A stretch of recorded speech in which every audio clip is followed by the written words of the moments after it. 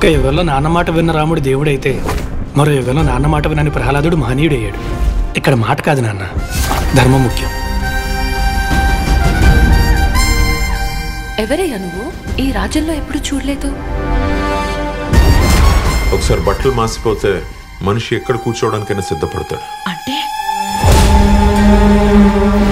మీ అందరికి వాడొక మామూలు మనిషి, కానీ అక్కడ ఓ ఊరు మొత్తానికి దేవుడు. ఎవరా నా కొడుకు? మీ ఊరు వచ్చి మీ మనుషుల మీద చేసాడంటే వాడు రాముడు కాదురా, పరశురాముడు.